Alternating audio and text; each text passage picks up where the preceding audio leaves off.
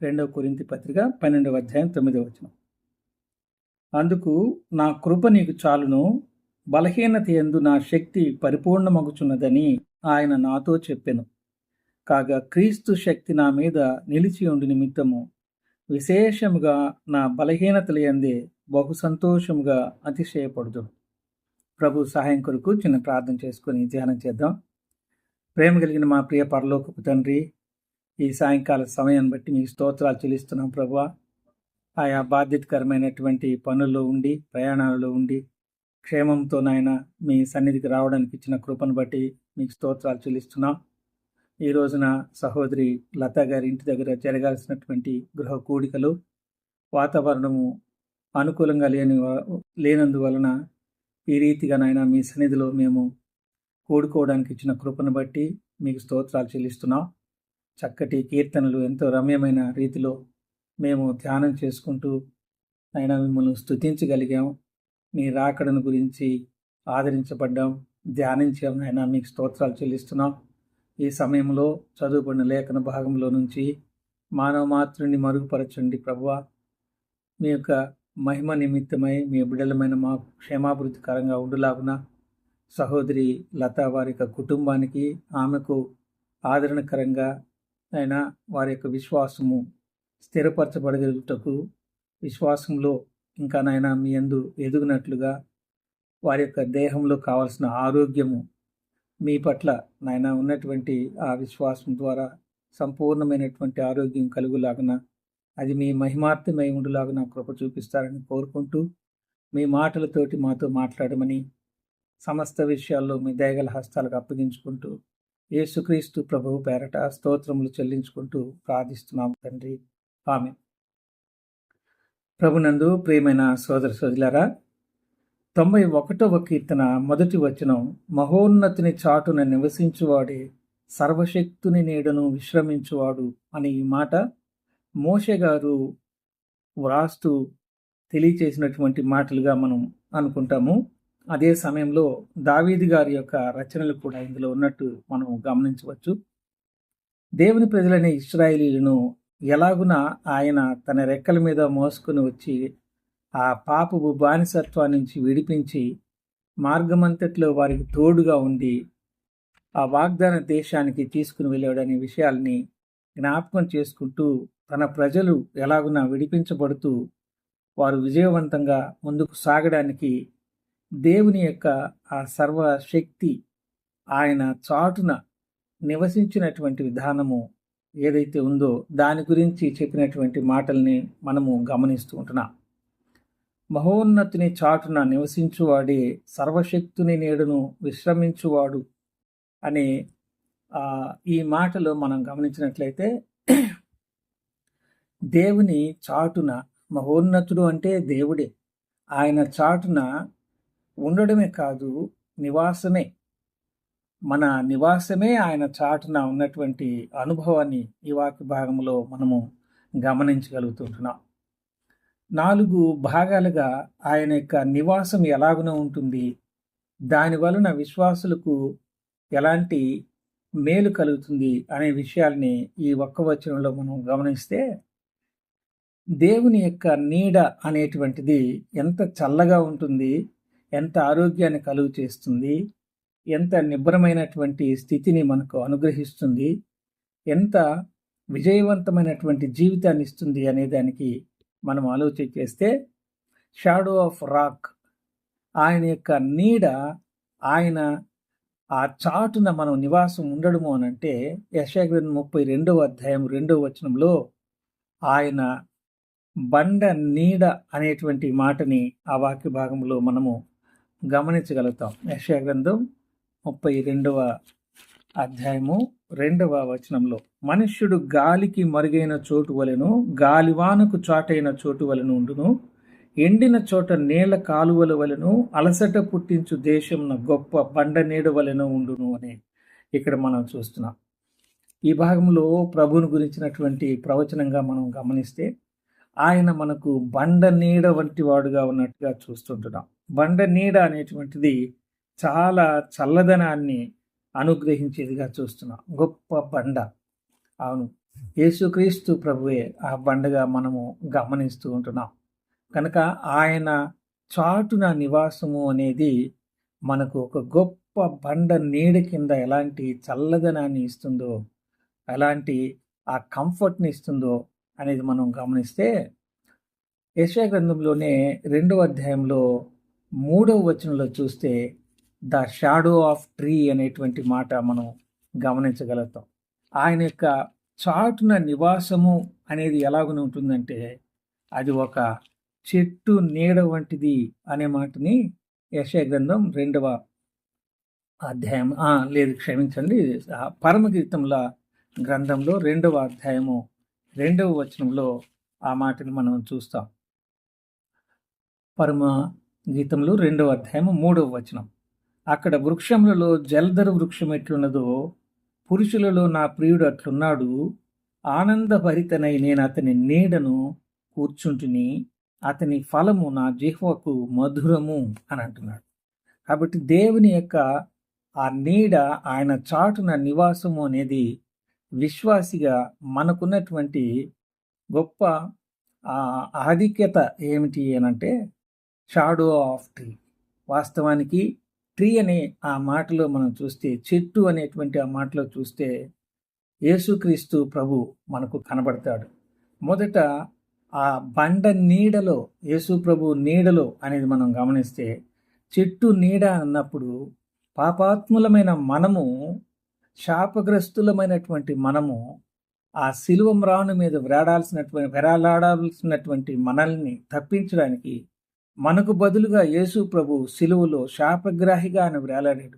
పాపం లేని శరీరాన్ని మనకోసరంగా ఆయన శిక్ష భరించడానికి అప్పగించినట్టుగా మనము గమనిస్తుంటున్నాం. కాబట్టి శిలువ అనేటువంటిది మన యొక్క శ్రమలను మోసుకొని వెళ్తున్నటువంటి ఒక సాధనం మాత్రమే, కానీ ఆ చెట్టు నీడ అనేటువంటిది చూస్తే జీవం కలిగినటువంటి ఆయన శిలువలో మరణించినా కానీ ఆ నీడ అనేటువంటిది మానవులకు పునరుద్ధాన శక్తితోటి నిరంతరము ఇస్తూనే ఉన్నటువంటి వాడుగా మనము గమనిస్తుంటున్నాం. 3వ నీడ మనం చూస్తే the shadow of his wings 63వ కీర్తనలో 7వ వచనంలో మనం ఒక మాట మనం గమనించినట్లయితే, 63వ కీర్తన 7వ వచనం.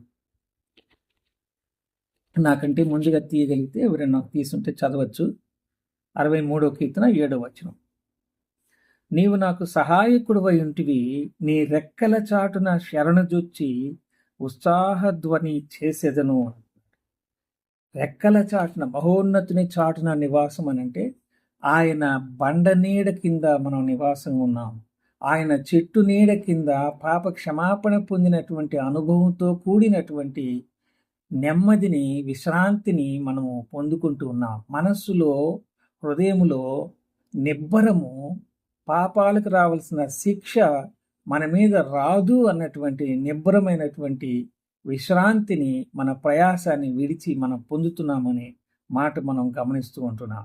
ఈ భాగంలో ఆయన రెక్కల నీడన మనము ఆశ్రయించినటువంటి వారముగా ఉన్నామనేటువంటి ఈ యొక్క మాటలో ఆయన రెక్కలు ఎలాంటివి అని చూస్తే, ఆయన రెక్కల ఆరోగ్యము మనము గమనిస్తాం. దేవుని యొక్క రెక్కల నీడ క్రింద ఆరోగ్యము ఉంది. ఆరోగ్యవంతమైనటువంటి రెక్కలు ఆయనవి. గెద్ద రెక్కల మీద నేను మిమ్మల్ని మోసుకుని వచ్చానంటాడు తన ప్రజలని, ఇశ్రాయేలును గురించి. దేవుని యొక్క రెక్కలు మనకు జీవితాన్ని నేర్పించేవే కాదు, కానీ మనకు ఆరోగ్యాన్ని ఇచ్చేటివిగా మనం చూస్తుంటున్నాం.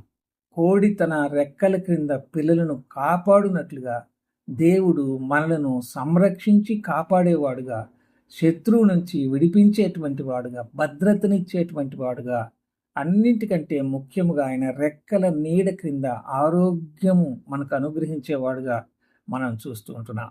స్వస్థపరిచే యెహోవాను నేనే అని ఆయన తెలియచేస్తూ ఉంటున్నాడు. ఆయన వ్యాధి కలుగు చేయవాడు ఆయనే, వ్యాధికి స్వస్థత కలుగు చేయవాడు కూడా ఆయన. గాయము కలుగు చేసేవాడు ఆయనే, గాయానికి స్వస్థత కలుగు చేసేవాడు కూడా ఆయనే అనే మాటని మనం చూస్తుంటున్నాం. 4వ మాటలో మనం చూస్తే the shadow of his hand అనే మాట మనం యెషయా గ్రంథము 49వ అధ్యాయము 2వ వచనంలో ఈ రీతిగా మనము చదువుకుంటాం. యెషయా గ్రంథం 49:2లో, నా నోరు వాడిగల ఖడ్గముగా ఆయన చేసి ఉన్నాడు, తన చేతి నీడలో నన్ను దాచియున్నాడు, నన్ను మెరుగుపెట్టిన అంబుగా చేసి తన అంబుల పొదిలో మూసిపెట్టి ఉన్నాడు అన్నాడు. తన చేతి నీడలో నన్ను దాచి ఉన్నాడు అని, ఆయనకు అంబుల పొదిలో మనను దాచి ఉన్నటువంటి వానిగా మనం చూస్తూ ఉంటున్నాం. దేవుడు కొన్నిసార్లు మనకి ఏదైనా ఆపద కలిగినప్పుడు మనం అనుకుంటాము, దేవుని యందు విశ్వాసం ఉంచి ఇంతగా నేను భక్తిగా ఉంటే కూడా ఎందుకు నాకు ఇలాంటి అనారోగ్య పరిస్థితి వచ్చింది, కొన్ని విధాలుగా అది తగ్గకుండా ఉంది అని నిరుత్సాహపడుతూ ఉంటాం మనం. కానీ ఆయన చేతి నీడలో మనం ఉన్నామన్న సంగతిని మర్చిపోతాం. ఆయనకి తెలియకుండా మనకు ఏది కూడా జరగదు అనే విషయాన్ని మనం మర్చిపోయేటువంటి వాళ్ళంగా ఉంటాం కొన్నిసార్లు. ఆయన అవసరమైనప్పుడు తన అంబుల పొదిలో నుంచి మనలను ఉపయోగించేటువంటి వానిగా, ఆయన తన శత్రువులను మన ద్వారా జయించేటువంటి వానిగా, మనకు జయాన్ని ఇచ్చేటువంటి వానిగా, చివరికి మనకు విజయాన్ని కలుగు చేసే దేవునిగా మనము గమనిస్తూ ఉంటున్నాం. ఆయన చేతి నీడలో దాచిపెట్టేవాడు. బండ నీడ ఒక రకమైతే, చెట్టు నీడ మరొక రకమైతే, ఆయన రెక్కల నీడ ఇంకొక రకమైతే, గాయపరచబడినటువంటి ఆయన చేతి నీడ, ఆయన చాపబడినటువంటి చేయి, స్వస్థపరిచేటువంటి దేవుని యొక్క దక్షిణ హస్తముగా మనం చూస్తున్నాం. అరచేతి అంత మేఘం ఆకాశంలో కనబడితే పరుగు పరుగున వెళ్ళమని చెప్పినటువంటి మాట పాత నిబంధనలో మనం చూస్తూ ఉంటున్నాం. చాచబడిన చేతులతోటి భూదిగంతము నుంచి చూస్తున్న వారులారా నన్ను చూడండి, నా యుద్ధకు రండి, రక్షించబడండి అని ఆయన పిలుస్తున్నటువంటి వానుగా, ఆయన చేతులు చాపి అవధులు లేనటువంటి ఆహ్వానాన్ని ప్రతి ఒక్కరికి అనుగ్రహించేటువంటి వానిగా మనం చూస్తున్నాం.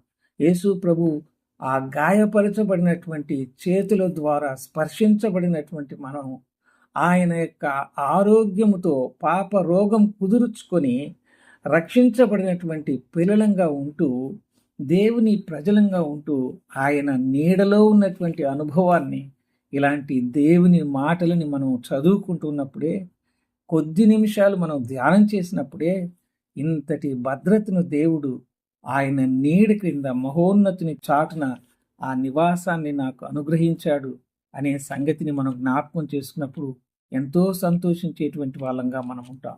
అంతేకాకుండా మోషే గారు తన ప్రజలైన ఇశ్రాయేలుతో మాట్లాడుచూ, మీరు అప్పుడెప్పుడో అబ్రహాం గారి దినాల్లో దేవుడు ఉన్నటువంటి మాటల గురించి అనుకుంటూ ఉంటారు కదా, ఆ దేవుడే, ఆ కాపాడినటువంటి దేవుడే, మిమ్మల్ని పితరులను నడిపించినటువంటి దేవుడే ఇప్పుడు కూడా ఉన్నటువంటి దేవుడు, ఎప్పుడు ఉండేటువంటి దేవుడు అని తెలియచేస్తూ, అబ్రహాము, ఇస్సాకు, యాకోబుల దేవుడు అని తెలియచేసినట్టుగా మనం చూస్తుంటున్నాం.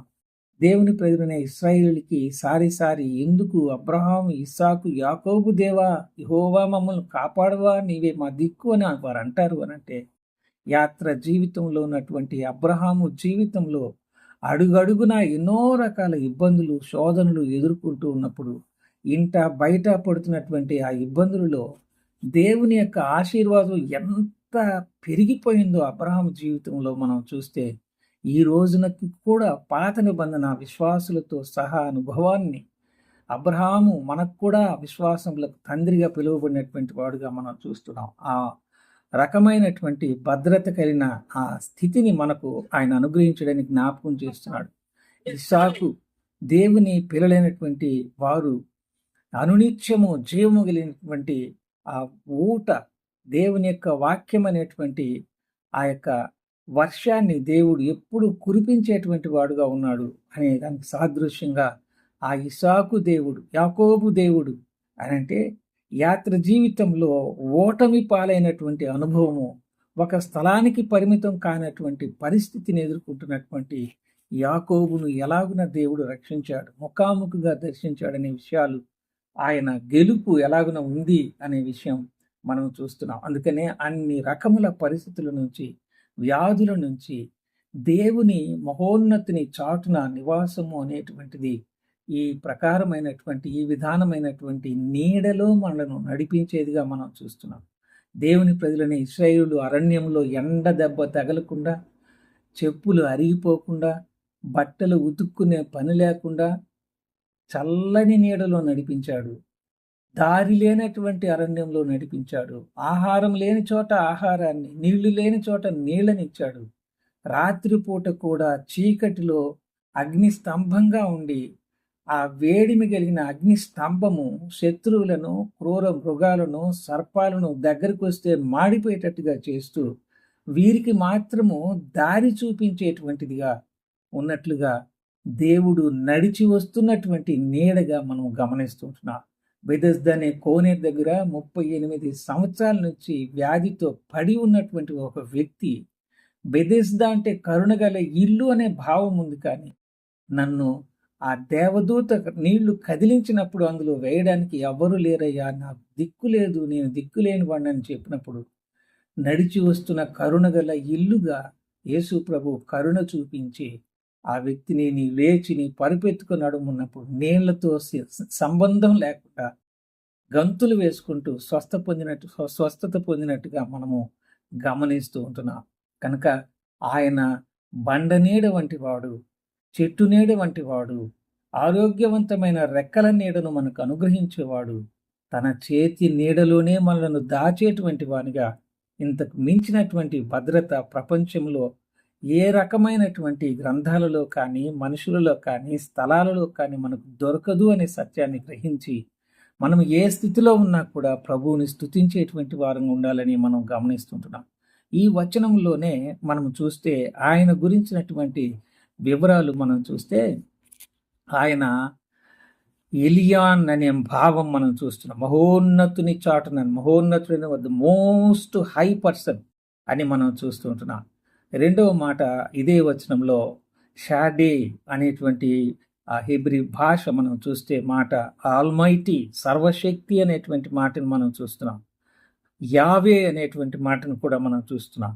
ద లార్డ్ అనేటువంటి మాట ఇక్కడ మనం గమనిస్తాం. ఆయన నా ప్రభువు, నన్ను కాపాడడానికి ఎత్తైన స్థలంలో ఆయన ఉన్నాడు కనుక ఆ నీడ క్రింద నేను ఉన్నాను.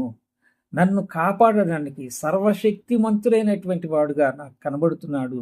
ఆయన నన్ను కాపాడగలడనే భద్రత నాకుంది అన్నట్లు నా ప్రభువు ఉన్నప్పుడు నా యొక్క జీవితం మీద, శరీరం మీద ఏ రకమైన పరిస్థితుల మీద వచ్చినా కూడా నాకు మించినటువంటి ఇతరులు ఎవరికీ మించినటువంటి ప్రభువుగా ఆయన ఉన్నాడు, ఆయన చూసుకుంటాడు అనేటువంటి భావము మనం చూస్తుంటున్నాం. ఎలోహే అనే 4వ మాట మనం చూస్తే మై గాడ్ అనేటువంటి మాట.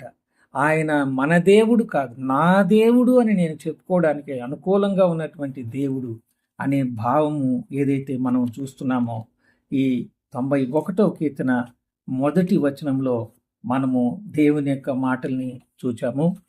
చివరిలో 2వ కొరింథీ పత్రికలో 12వ అధ్యాయము 9వ వచనంలో అపోస్తుడైన పౌలు గారు 2వ కొరింథీ పత్రిక 12వ అధ్యాయం 9వ వచనం, అందుకు నా కృప నీకు చాలును, బలహీనత యందు నా శక్తి పరిపూర్ణమగుచున్నదని ఆయన నాతో చెప్పాను. కాగా క్రీస్తు శక్తి నా మీద నిలిచి ఉండి నిమిత్తము విశేషముగా నా బలహీనతలు యందే బహు సంతోషముగా అతిశయపడుదును అని అంటున్నాడు. ఇది ఒక డేరాని, ఒక శామ్యానాన్ని వేసేటప్పుడు ఒక మేకును కొట్టి దానికి ఆ యొక్క తాడు కడితే ఎలాంటి బలమైనటువంటి రీతిలో అది ఉంటుందో అలాగున నేను తీసివేసుకోవడానికి వీలు లేనటువంటి బలమైనటువంటి ముళ్ళు నాలో ఉంది, ఈ శరీరంలో ఉంది. అది ఎలాంటిది అనంటే సాతాను దూతలాగా అది పనిచేస్తూ ఉంది. నేనేమో ఇలాగ సేవ చేస్తున్నాను అని అంటూ పౌలు గారు, అయ్యా నీ చిత్తమైతే ఆ యొక్క ముళ్ళు నా యొద్ద నుంచి తొలగిపోవాలని దాని విషయమే ముమ్మారు ప్రభువు నేను వేడుకుంటుని అని ప్రభువుకి ప్రార్థన చేశాడు. యేసు ప్రభు కూడా గెత్సెమనే తోటలో లూకా సువార్త 22వ అధ్యాయము 42వ వచనంలో, తండ్రి ఈ గిన్నె నీ చిత్తమైతే నా యొద్ద నుంచి తొలగించుము, అయినను నా ఇష్టము కాదు నీ చిత్త ప్రకారమే జరిగించుమని ఎలాగైతే చెప్పాడో ఆ మన యొక్క క్రోధ పాత్రను మనను రక్షించడానికి మన పాప శిక్షను ఆయన మీద వేసుకుంటూ ఆ పాత్ర తండ్రి అయిన దేవుడు తీసివేయడానికి వీలు పడనటువంటి స్థితిలో ఆయన త్రాగడానికి నా ఇష్టం కాదు, నీ చిత్తమైతే ఇది తొలగించు, కానీ నీ చిత్తమే జరిగించాలని చెప్పినట్లుగా అపోస్తలుడైన పౌలు గారు కూడా ఈ బలమైనటువంటి సాతాను దూతగా పిలువబడుతున్నటువంటి ఈ ముళ్ళు నా శరీరంలో నుంచి తీసివేయవా అని ముమ్మారు ప్రార్థించిన ప్రభువు ఏం చెప్పాడంటే, ఏమన్నాడంటే ఆ 9వ వచనంలో, అందుకు నా కృప నీకు చాలును అంటూ బలహీనత యందు నా శక్తి పరిపూర్ణమగుచున్నదని ఆయన నాతో చెప్పాను అనే మాట మనం చూస్తున్నాం. ఒక్కసారి ఆ ముళ్ళుగన యేసు ప్రభు పౌలు గారిలో నుంచి తీసివేసి ఉంటే, ముందు వచనాల్లో చెప్తాడు పౌలు గారు, ఎవ్వరికీ లేని విశేషమైన ప్రత్యక్షతలు దర్శనాలను నేను చూచాను, అనుభవించాను. కాబట్టి నేను అతిశయించకుండా ఉండేటట్లుగా ఈ యొక్క ముళ్ళు నాలో ఉండడానికి దేవుడు అనుమతించినందువలన ఆయన పట్ల వినయ విధేయతలు కలిగి ఖండాంతర సువార్తను నేను వ్యాప్తి చేయడానికి ప్రభు కృప చూపించాడు. అన్ని జనులకు సువార్త ప్రకటించడానికి ఒక సాధనంగా నన్ను ఉపయోగించుకున్నాడు అన్నట్లుగా ఆయన చూస్తున్నాడు. దేవుడు నా కృప చాలును, నీ బలహీనతలతో నా యొక్క శక్తి సంపూర్ణమవుతుంది అని అంటే అందులో ఉన్నటువంటి భావము, సమస్యను తీసివేస్తే ఇంకొక సమస్య రావచ్చు, కానీ ఆ సమస్య ఎంతకాలం ఉన్నా కానీ, దీర్ఘకాలం ఉన్నా కానీ, మనం ప్రభు దగ్గరికి అపోసిన పౌలు వలె వెళ్ళిపోయేంత వరకు ఆ ముళ్ళు ఉన్నా కానీ, ఎప్పటికప్పుడు బలహీనత వచ్చిన ప్రతిసారి ఆయన శక్తి పరిపూర్ణం చేస్తూ ఆ బలహీనతను జయించడానికి, సహించడానికి ఆయన ఆ శక్తిని పొందుచుండము అనేటువంటిది ఎంత గొప్ప విషయం కదా మనం ఆలోచన చేస్తే. దేవుడు మనకు కొన్ని అనుభవపూర్తిగా మనం ఎరగడానికి ఎందుకు అనుమతిస్తాడు అని అంటే, మనకంటే ఇంకా ఇబ్బందులు ఎదుర్కొన్నటువంటి వారికి అనుభవపూర్తిగా మన స్థిర విశ్వాసాన్ని ఆధారం చేసుకొని ఎంత బలహీనులంగా మనం ఉన్నామో, ఆత్మీయంగా కానీ, శారీరకంగా కానీ, ఆరోగ్యపరంగా కానీ, సామాజిక పరంగా కానీ ఎన్ని ఎదుర్కొంటూ ఉన్నప్పటికీ ప్రభు ప్రతి విషయంలో కనికరముతో క్షమిస్తూ, కనికరముతో మనలను తన శక్తితో నింపుతూ ఎప్పటికప్పుడు ధైర్యపరుస్తున్నాడు. ఆ అనుభవాన్ని మనం కలిగి ఉండి ఇతరులు అనేకుల కొరకు ఆయనను ప్రకటించడానికి పౌలుని ఎలాగా సాధనంగా ఉపయోగించుకున్నాడో మనకు తెలియకుండా మన శరీరంలో ఉన్నటువంటి ఆ యొక్క బలహీనత దేవుడు ఎప్పటికప్పుడు మనకు శక్తిని ఇవ్వడం ద్వారా సంఘము ఆశ్చర్యపడుతూ, ప్రతి కుటుంబము పునరుజ్జీవాన్ని పొందుకుంటూ, విశ్వాసాన్ని బలపరుచుకుంటూ, లోకము దేవుని యొక్క మహిమని చూచేందుకు ఆయన మనలను సాధనంగా, మన శరీరంలో బలహీనతను సాధనంగా ఉపయోగించుకునేటువంటి అవకాశము లేకపోలేదు అని ఇందులో మనము గమనిస్తూ ఉంటున్నాం. యేసు ప్రభు అంతటి వాడే, అది భరించలేనిదయ్యా, నీ చిత్తమైతే దీన్ని తొలగించు, అయినా నీ చిత్తమే జరిగించుమనంటే ఆయన శిలువ మరణం పొందడానికి వీలు పడదు అనే విషయాన్ని ఎరిగి కూడా అలాగనే ప్రార్థన చేశాడు అంటే అది ఎంతటి బాధను కలిగించిందో మనం చూస్తాం. నిందకు హృదయము బ్రద్దలైపోయింది, ఆయన శరీరం అంతా పగులుగొట్టబడింది, ఏడవపడ్డాడు, ఉమ్ములు వేయబడ్డాడు, అవమానించబడ్డాడు. ఆయన యొక్క బాధను మనం వర్ణించలేం, కానీ మనకు ఆత్మీయంగా ఆయన స్వస్థతనిచ్చాడు, పాప క్షమాపణనిచ్చాడు, దేవుని పిల్లలని మనల్ని పిలిచాడు, పరలోకంలో ఆయనతో స్వాస్థ్యం అని చెప్పాడు. ఈ శ్రమలు ఆ రాబోయే మహిమ ఎదుట ఎన్నిక లేనివి అనే సత్యాన్ని దేవుని వాక్యంలో మనము చూడగలుగుతూ ఉంటున్నాం. కాబట్టి ఈ బలహీనతల్లోనే దేవుని శక్తిని నేను చూస్తున్నాను అని దేవుని యొక్క సన్నిధిలో పౌలు గారు ఈ వచనంలో తెలియచేసినటువంటి మాటల్ని మనం చూస్తున్నాం. 119వ కీర్తనలో 67వ వచనం మనం చూస్తే, 119వ కీర్తన 67వ వచనం, శ్రమ కలుగక మునుపు నేను త్రోవ విడిచితిని, ఇప్పుడు నీ వాక్యమును అనుసరించి నడుచుకొనుచున్నాను అని అంటున్నాడు. కాబట్టి శ్రమ కలగడము అనేటువంటిది ఇది నాకు మేలే అనే మాట మనం చూస్తున్నాం. అలాగనే 71వ వచనంలో, 119వ కీర్తన 71వ వచనంలో, నేను నీ కట్టడలను నేర్చుకున్నట్లు శ్రమ నొంది ఉండుట నాకు మేలాయను అంటాడు. దేవుని యొక్క ఆ శాసనాలను, ఆజ్ఞలను, మాటలను నేర్చుకోవడానికి శ్రమ కలగడము అనేటువంటిది నాకు మేలైంది అంటాడు. ఈ శరీరంలో ఉండి తాత్కాలికమైనటువంటి స్వస్థతను పొంది నరకానికి వెళ్ళే కంటే ఈ శరీరంలో ఆ బలహీనతల యందు దేవుని ఆ శక్తిని పొందుకొని పాప క్షమాపణ అనుభవాన్ని కొనసాగిస్తూ పరలోకానికి వెళ్ళడము, రోగమే కన్నీరే లేనటువంటి ఆ స్థలములో నిత్య జీవంలో మనం ఉండడం అనేటువంటిది ఎంత గొప్ప భాగ్యమో కదా.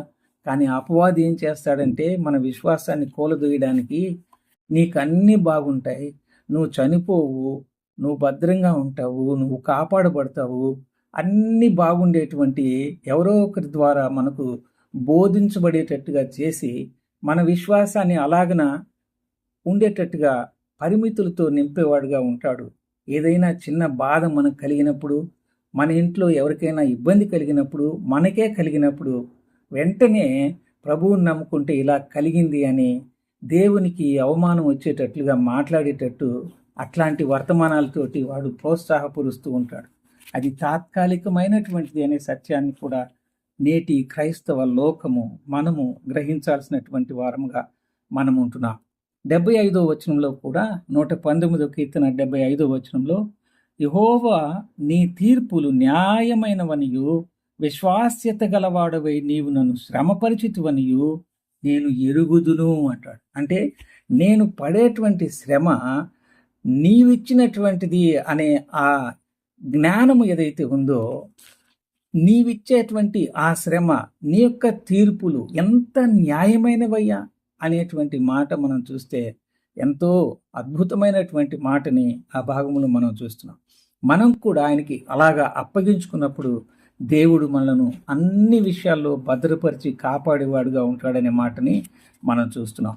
చివరి వచనము 2వ కొరింథీ పత్రికలోనే 1వ అధ్యాయంలో 9వ వచనం నుంచి 11వ వచనం వరకు కనుక మనం చదువుకున్నట్లయితే, మరియు మృతులను లేపు దేవుని యందే గాని మా యందే మేము నమ్మిక ఉంచకుండానట్లు మరణమగుదు మను నిశ్చయము మట్టుకు మాకు కలిగి ఉండెను. ఆయన అట్టి గొప్ప మరణము నుండి మమ్మను తప్పించెను, ఇక ముందుకును తప్పించును. మరియు మా కొరకు ప్రార్థన చేయటం వలన మీరు కూడా సహాయము చేయుచుండగా ఆయన ఇక ముందుకును మమ్మను తప్పించునని ఆయన యందు నిరీక్షణ గల వారమై ఉన్నాము. అందువలన అనేకుల ప్రార్థన ద్వారా మాకు కలిగిన కృపావరము కొరకు అనేకుల చేత మా విషయమై కృతజ్ఞతాస్థుతులు చెల్లింపబడును అంటున్నాడు. చూడండి, దేవుడు మరణాన్ని నుంచి తప్పించేవాడుగా ఉన్నాడు, ఇంకా ముందు కూడా తప్పిస్తూనే ఉంటాడు. మీ అందరూ మా కొరకు ప్రార్థన చేస్తూ ఉన్నారు. మీ అందరూ ఈ జయాన్ని చూచి మీ అందరూ కూడా నాతో పాటుగా కృతజ్ఞతాస్థుతులు దేవునికి చెల్లించే వాళ్ళుగా, ఆయనకి మహిమారోపించే వాళ్ళుగా ఉండాలనేటువంటి సత్యాన్ని మనం ఇందులో చూస్తుంటున్నాం. ఒక అర్ధ నిమిషంలో చిన్న సాక్ష్యం నేను చెప్తాను, 1/2 minute చాలు. మా అమ్మ నాన్నగారు మేము పుట్టక ముందు నుంచి సేవకులు.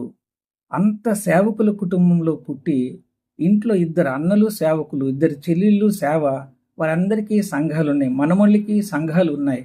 కష్టపడి వారు దేవుని సువార్త సేవ చేస్తూ ఉన్నారు. నేను కూడా చిన్న ఉద్యోగం చేసుకుంటూ యవ్వన ప్రాయంలో వివాహం కాకమునుపు నుంచే సేవ చేస్తూనే ఉన్నాను. ఏదో తెలిసినటువంటి ఆ చిన్న చిన్న భక్తి విశ్వాసంలో తల్లిదండ్రుల యొక్క నడిపింపులో అనేక బలహీనతలు లేకపోలేదు. వాటిలో కూడా ప్రభు కనికరంతో కాపాడుతూ నడిపిస్తున్నాడు. కానీ ప్రపంచంలో అత్యంత ప్రమాదకరమైనటువంటి వ్యాధి ఏదైనా ఉంది అని అంటే నా భార్యకు ఆ క్యాన్సర్ వచ్చింది. కానీ దేవుడు స్వస్థపరిచాడు, 22 సంవత్సరాలుగా కాపాడుతూనే ఉన్నాడు. కానీ దాన్ని ఏమంటారంటే ఇంగ్లీష్ భాషలో ఇల్నెస్ అంటారు. జీవితకాలం అంతా అది జాగ్రత్త చూసుకోండి అని చెప్తూ ఉంది. నాకు బైపాస్ సర్జరీ చేశారు. ఈ రెంటికంటే ప్రపంచంలో అత్యంత ప్రమాదకరమైన ప్రాణాంతకమైనటువంటి వ్యాధులు ఇంకా లేవు. నేను కూడా బ్రతికున్నంత కాలం మందులు వేసుకుంటూనే ఉండాలి. అంటే దేవుడు అనుమతించినప్పుడు మనం వద్దు అని చెప్పడానికి అవకాశం లేకుండా ఉంది. కానీ ఎంతోమంది ఆ రోజుల్లో నా భార్యతో పాటు ట్రీట్మెంట్ తీసుకున్నటువంటి వాళ్ళు, ఎగతాళి చేసినటువంటి వాళ్ళు భూమి మీద ఇప్పుడు లేరు. కానీ దేవుడు ఆమెను కాపాడుతూనే ఉన్నాడు. ఆయన మహిమ కొరకు అనేక మంది విశ్వాసులు కృతజ్ఞతాస్తులు చెల్లిస్తూనే ఉన్నారు. నన్ను కూడా దేవుడు నా ప్రక్కనున్నటువంటి ఆయన చనిపోయాడు, కానీ దేవుడు నన్ను స్వస్థపరిచి ఇంకా కాపాడుతూనే ఉన్నాడు.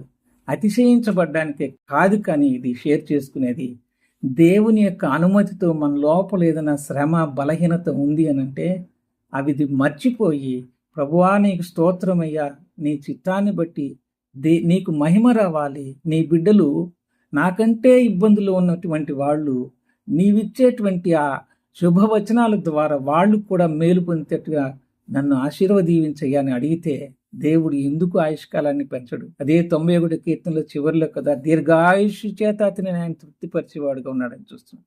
ఇంతటి దేవుని మాటలు వినడానికి మనకు అవకాశం ఇవ్వడమే ఒక గొప్ప విషయంగా భావిస్తూ, మీతో పాటు ఈ మాటలు పంచుకోవడానికి నాకు ఇచ్చిన ఈ సమయం కొరకై మీ కృతజ్ఞతలు తెలియజేసుకుంటూ, మీతో పాటు నేను కూడా ఈ మాటల ద్వారా ఆదరించబడ్డాను కుటుంబం అని తెలియచేసుకుంటూ వందనాలు తెలియచేస్తూ, దేవుడి మాటలు మన యొక్క జీవితంలో ఆశీర్వదించును గాక.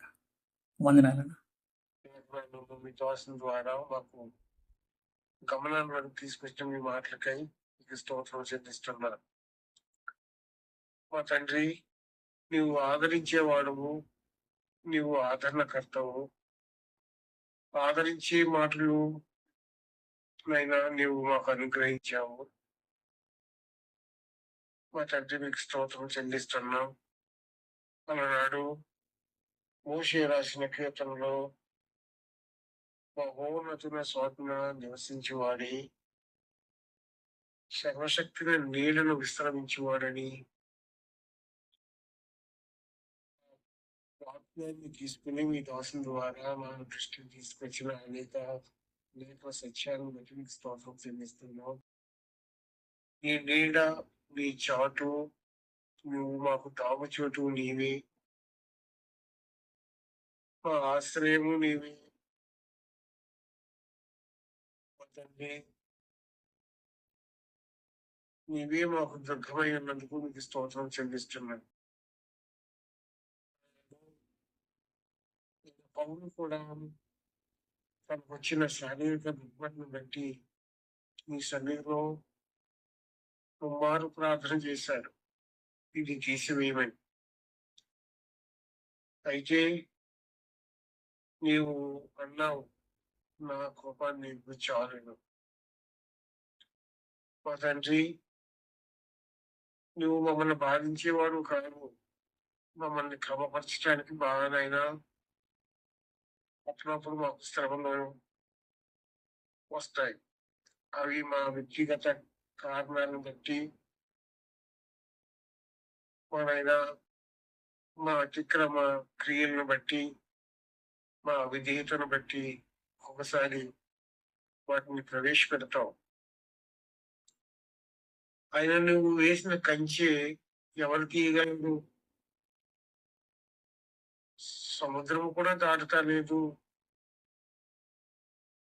సముద్రము అలలను కూడా నువ్వు అణిచేవాడవు. అంత గొప్ప శక్తి గల దేవుడు. నువ్వు కంచె వేయగా, నువ్వు హద్దు వేయగా, నువ్వు సరిహద్దు వేయగా ఎవరు దానిని దాటలేరు. మా తండ్రి, వారికి అధికారం లేదు. అయితే అవిధేయతను బట్టి కొన్నిసార్లు నీవు విడిచిపెడతావు. అయినను ఆ బాధలలో అపోస్తుడైన పౌలు అన్నట్టు,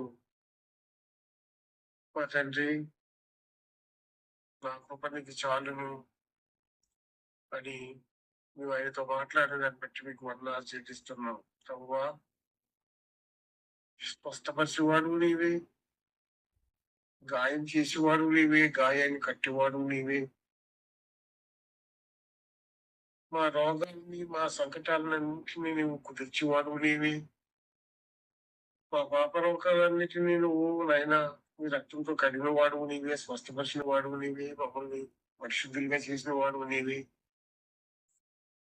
మా తండ్రి, నీ నీడ, నీ రెక్కల చోటున, నీ అరచేతిలో మా తండ్రి మాకు క్షేమము, మాకు భద్రత, మాకు నాయన నువ్వు ఉన్నందుకు మీకు స్తోత్రం చెల్లిస్తున్నావు.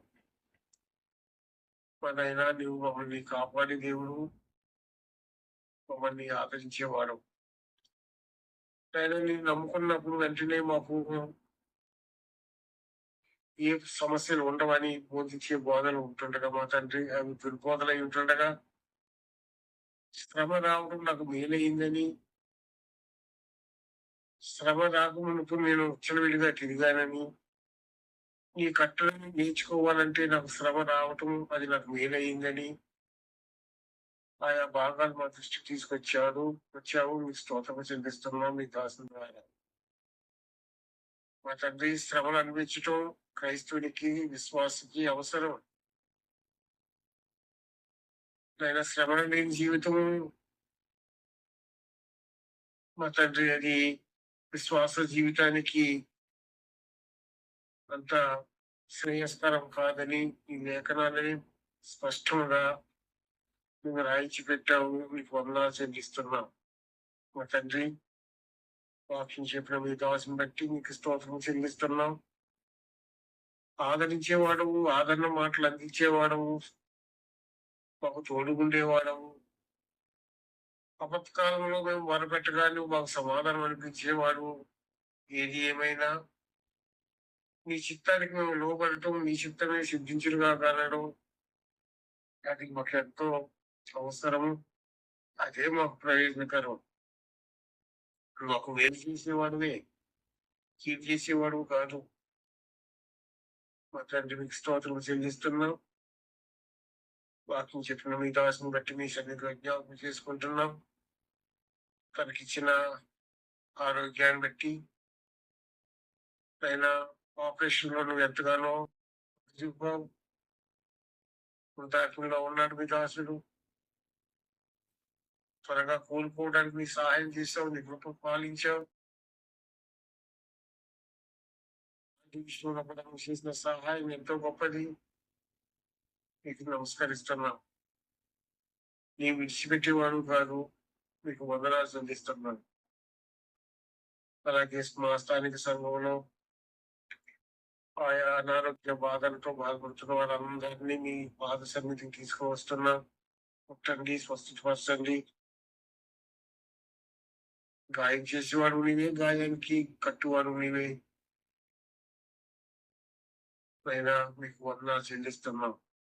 మీ శక్తి గొప్పది. నువ్వు ఈ లోకంలో ఉన్నప్పుడు ఎన్నో అద్భుతాలు చేసావు, ఆశ్చర్యకారం చేశావు. అయినా నీకు అసాధ్యం అంటూ ఏమీ లేదు. సమస్తము సాధ్యమే. అయినా అది నీ చిత్తమే. మా తండ్రి జ్ఞాపకం చేసుకోండి. సభలో ఉన్న బలహీనులు, రోగులు, ఆ యొక్క కలిగిన వారు, వృద్ధులు బట్టి మీ శరీరంలో జ్ఞాపకం చేసుకుంటున్నాం. మాకు ఇచ్చిన స్థానిక సంఘాన్ని బట్టి, సంఘ సహవాసాన్ని బట్టి, నాయకులను బట్టి మీ శరీరంలో జ్ఞాపకం చేసుకుంటున్నాం. జ్వరంతో బాధపడుతున్న మీ దాసుడు సురేష్ కుమార్ బట్టి కొంత నెమ్మది కలిగిందని విని ఈ శరీరంలో జ్ఞాపకం చేస్తూ మీకు నమస్కరిస్తున్నాను. అలాగే సహోదరుడు రమేష్ కుటుంబాన్ని బట్టి కూడా మీ శరీరంలో జ్ఞాపకం చేసుకుంటున్నాం.